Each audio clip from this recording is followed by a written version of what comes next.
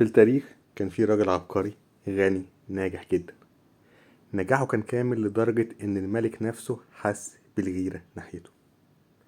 النتيجة الراجل ده فقد منصبه وثروته وكل شيء وتم نفيه، مش لأنه فشل لكن لأنه نجح. بتقول إيه نجح؟ نجح أكتر من اللازم. نجح لدرجة إن نجاحه أثار غيرة الملك بتاعه. النهاردة هنتكلم عن أخطر قانون في كتاب القوة، باور، أو 48 قانون القوة لكاتبه روبرت جرين، اللي يعتبر أهم من كتبه والسبب في إن الراجل ده اتشهر، اللي هو روبرت جرين يعني. القانون ده ممكن يدمرك لو تجاهلته، وممكن يحميك لو فهمته صح. القانون هو ما تتفوقش أبدا على سيدك. روبرت جرين بيقول: اجعل من هم فوقك يشعرون دائما بالتفوق. المشكلة مش في إنك شاطر، المشكلة إنك تبان أشطر من اللي فوقك، لأن السلطة حساسة والغرور هش، والخوف من فقدان المكانة أقوى بكتير من حب الكفاءة. هي إيه الفكرة النفسية من ورا القانون ده؟ الناس اللي في موقع سلطة عايزين إيه؟ عايزين احترام، عايزين تقدير، عايزين يحسوا إن هم الأفضل والأكفأ وما جابتهمش ولادة. أول ما يحسوا إن اللي تحتيهم أذكى أو ألمع أو محبوب أكتر، العقل الباطن هنا بيشتغل وبيقول له الشخص ده خطر، حتى لو كان الشخص ده يعني طيب أو ساذج أو نيته طيبة. القصة الأولى اللي بيقولها الكتاب دوت هي قصة الوزير المالية اللي اسمه نيكولا فوكيه، والملك بتاعنا هو لويس الرابع عشر. نيكولا فوكيه كان وزير مالية لفرنسا في القرن السبعتاشر، راجل ذكي ناجح عبقري دبلوماسي، في كل المميزات اللي ممكن أي حد يتمناها. حب يثبت ولاءه للملك لويس الرابع عشر وقال: أنا هبهره بقى. فقرر يبهره إزاي الفالح؟ عمل حفل أسطوري في قصره الجديد. اللي حصل، القصر كان فخم جدا والحفلة كانت حلوة جدا، أحلى من قصور الملك وأحلى من الحفلات اللي بيعملها الملك. حفل مليان شعراء وموسيقيين وأكل على مستوى عالي. فوكي كان فاكر كده إن هو هيبهر الملك، لكن اللي حصل إيه؟ العكس. رد فعل الملك لويس الرابع عشر حس إن هيبته اتكسرت، وزيره نجمه عالي عنه. الشعب انبهر بالوزير بدل ما المفروض ينبهر بمين؟ بالملك. بعد أسابيع فوكيت قبض عليه، قالوا إن هو راجل فاسد وجبت الفلوس دي منين ومن أين لك هذا، واتسجن مدى حياته. الدرس: فوكيه ما خانش، ما تمردش، ما فشلش. غلطته الوحيدة إنه افتكر إن هو لما يعمل اللي هو عمله الشملول دوت إن إيه، الملك هينبهر بيه يقول لا ده وزير ألمعي، ده وزير عبقري. ما حصلش كده بكل أسف، وفوكيه انقلب السحر على السحر. قصة ثانية بيحكيها لك روبرت جرين كاتب الكتاب عن جاليليو والكنيسة. قال في العصور الوسطى يعني كان عالم فلك عبقري، وجاليليو أثبت أن الأرض بتدور حوالين الشمس. المشكلة ما كانتش في الاكتشاف، المشكلة في الطريقة. اللي عمله جاليليو غلط أنه سخر من العلماء القدام أدوا الفشل يعني، استخدم أسلوب متعالي وأحرج الكنيسة. خلي بالك الكنيسة هي كانت سلطة قوية جدا لا تقل أهمية عن الملك. النتيجة الكنيسة عملت فيه إيه؟ اتهموه بالهرطقة، اتحط تحت الإقامة الجبرية، واتمنع ينشر أفكاره. الدرس إيه؟ الحقيقة لوحدها مش كفاية، لازم تعرف تقدمها لمين وإزاي. لو سألتك بقى إيه الأخطاء الشائعة اللي ممكن الناس في يومنا هذا، أو يومنا هذا ده مصعبين الموضوع إيه؟ يومنا النهاردة يعني يقعوا فيها. أقول لك بسيطة: تصح لمديرك قصاد الناس تبان إن هو المدير ما بيفهمش. إظهار التفوق بتاع سيادتك في كل اجتماع. التقليل من فوق، التقليد يعني من أفكار مرؤوسيك، لا مرؤوسيك إيه، رؤسائك أو الناس اللي فوقيك. والاعتماد على فكرة إن الحق معايا. روبرت جرين بينبهك وبيقول لك المنطق لا يحميك من غيره.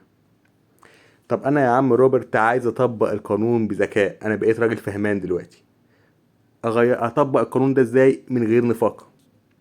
القانون مش بيقول لك كن ضعيف او كن منافق، لكن بيقول لك خلي تفوقك يخدم اللي فوقك، خليهم يحسوا انهم سبب نجاحك، خليك ذكي مش استعراضي. بدل ما تقول انا حليت المشكله، قول له توجيهات معاليك خلتني اوصل للحل. وهنا انت ممكن تسالني سؤال: هل القانون ده اخلاقي؟ روبرت جرين نفسه واضح، هو بيوصف الواقع مش بيديك موعظة.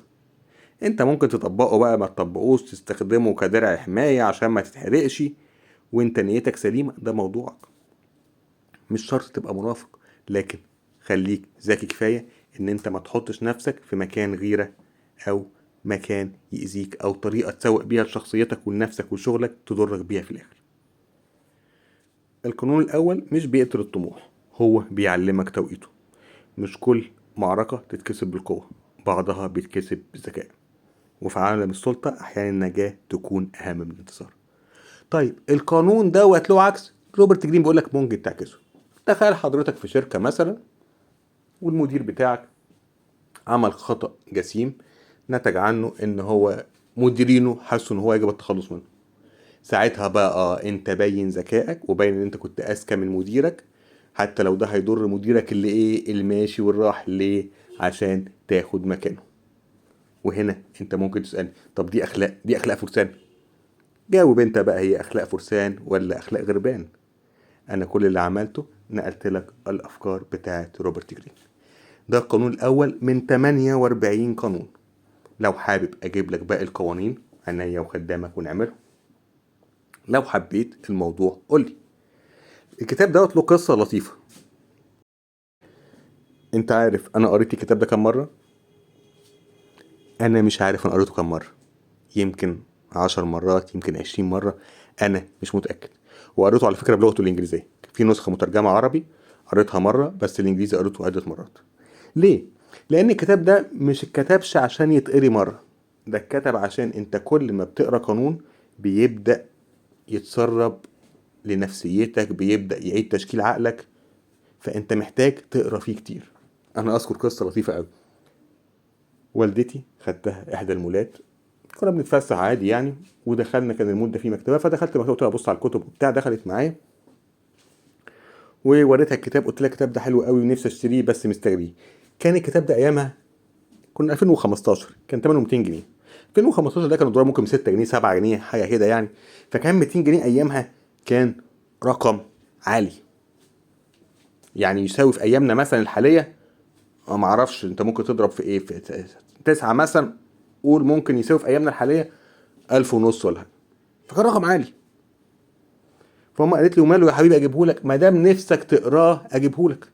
فقلت لوالدتي لا، اما انا قريته خلاص. ايه طب عايزه ليه؟ وما جابتهوليش ولا عبرتني يعني. الكتاب ده مش عشان يتقري مره واحده، دي فكرته، لازم تقراه اكتر من مره. على فكره عنده كتاب تاني اسمه ارت اوف سيدكشن، فن التظبيط او فن الاغواء، برضه فيه مترجم عربي.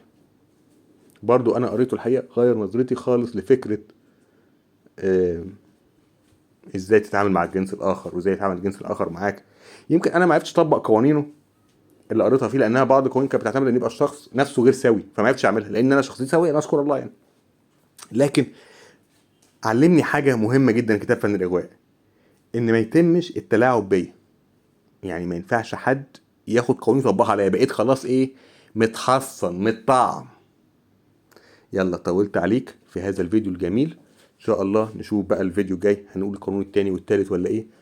او لو انت نفسك اكلمك في موضوع معين اكتب لي في التعليقات.